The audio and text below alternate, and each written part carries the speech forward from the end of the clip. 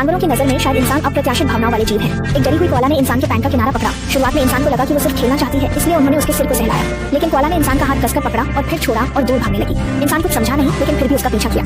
थोड़ी दूरी पर उन्होंने देखा कि कोआला की माँ का ज्यादातर शरीर जाल में उलझा हुआ है। रस्सियों ने उसे पूरी तरह फंसा रखा था। इंसान ने ध्यानपूर्वक कैंची से रस्सियां काटनी शुरू की। ऐसा प्रतीत हो रहा था कि वह समझ रही थी कि उसे बचाया जा रहा है। कोआला की माँ शांत रही और बचाए जाने के तुरंत बाद अपने बच्चे के पास भागी और फिर उसे पीठ पर बिठाकर वापस चली गई। जानना जरूरी है कि कोआला अन्य जानवरों के मुकाबले इंसानों से अधिक भयभीत रहते हैं। वे स्वभाव से ही बेहद डरे हुए होते हैं। यह छोटा कोआला निश्चित रूप से अपनी माँ को बचाने के लिए बड़ी हिम्मत जुटाकर आया होगा। इसी तरह का एक और किस्सा तेंदुए का है, जो जोखिम भरी सड़क पर अकेला ही पहुंचा और दुर्बल आवाज में रोने लगा।